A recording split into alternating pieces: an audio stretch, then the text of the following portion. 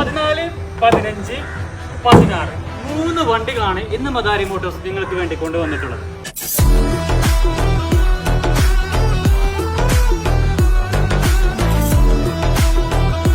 2016 മോഡലാണ് അൾട്ടോണൂർ. LXi ആണ് option വരുന്നത്.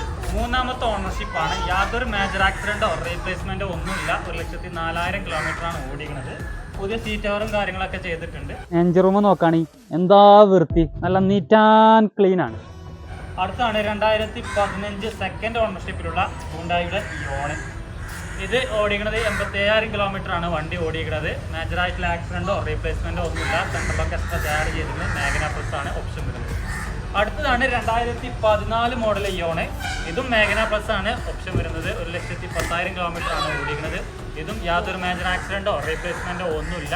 3 വണ്ടികളും നല്ല നീറ്റ് വണ്ടികളാണ്. ചെറുവണ്ടികൾ ആരെങ്കിലും